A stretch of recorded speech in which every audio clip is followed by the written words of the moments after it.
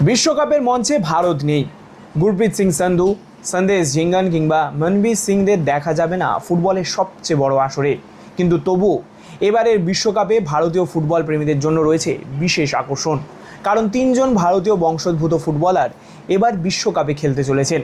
তারা ভারতের জার্সি না পরলেও তাদের শিকড় রয়েছে এই দেশেই। আর সেই তিনজন ফুটবলার হলো সরপ্রীত সিং, তাহসিন মোহাম্মদ জমশিদ এবং নেইল আদ্দা মেসন। প্রথমেই আসা যাক সরপ্রীত সিংয়ের কথায়। 27 বছরের এই অ্যাটাকিং মিডফিল্ডার খেলবেন নিউজিল্যান্ডের হয়ে। ওয়েলিংটন ফনিক্সের এই ফুটবলার ইতিমধ্যেই নিউজিল্যান্ডের জাতীয় দলের গুরুত্বপূর্ণ সদস্য। 24টি আন্তর্জাতিক ম্যাচে করেছেন 3টি গোল। শুধু তাই নয়, 2019 থেকে 2023 সাল পর্যন্ত ছিলেন জার্মান জায়ান্ট বায়ার্ন মিউনিখের সঙ্গে। মূল দলের হয়েও ম্যাচ খেলেছেন। অকল্যান্ডে জন্ম হলেও তার পরিবারের শিকড় পাঞ্জাবে। এখনও গ্রামের বাড়ির আত্মীয়দের সঙ্গে নিয়মিত যোগাযোগ রয়েছে সরপ্রীতের। এরপর রয়েছেন 19 বছরের তরুণ উইঙ্গার তাহসিন মোহাম্মদ জমশিদ। তিনি খেলবেন কাতারের হয়ে। দোহায় জন্ম হলেও তার বাবা মা কেরালের বাসিন্দা।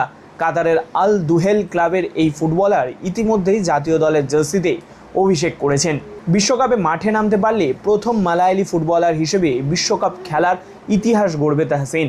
আর তৃতীয় নাম নেইল আদ্দা মেসন। 29 বছরের এই ডিফেন্ডার বর্তমানে কাতার জাতীয় দলের সদস্য। অ্যাস্টন ভিলা, রিয়াল মাদ্রিদের যুব দল এবং সাউথহ্যাম্পটনের মতো ক্লাবে খেলেছেন তিনি। মেসনের মা ভারতীয়, ফলে ভারতীয় শিকড় রয়েছে তারও। ইংল্যান্ড, আমেরিকা এবং ভারতের হয়ে খেলার সুযোগ থাকলেও শেষ পর্যন্ত কাতারকেই বেছে নিয়েছেন তিনি।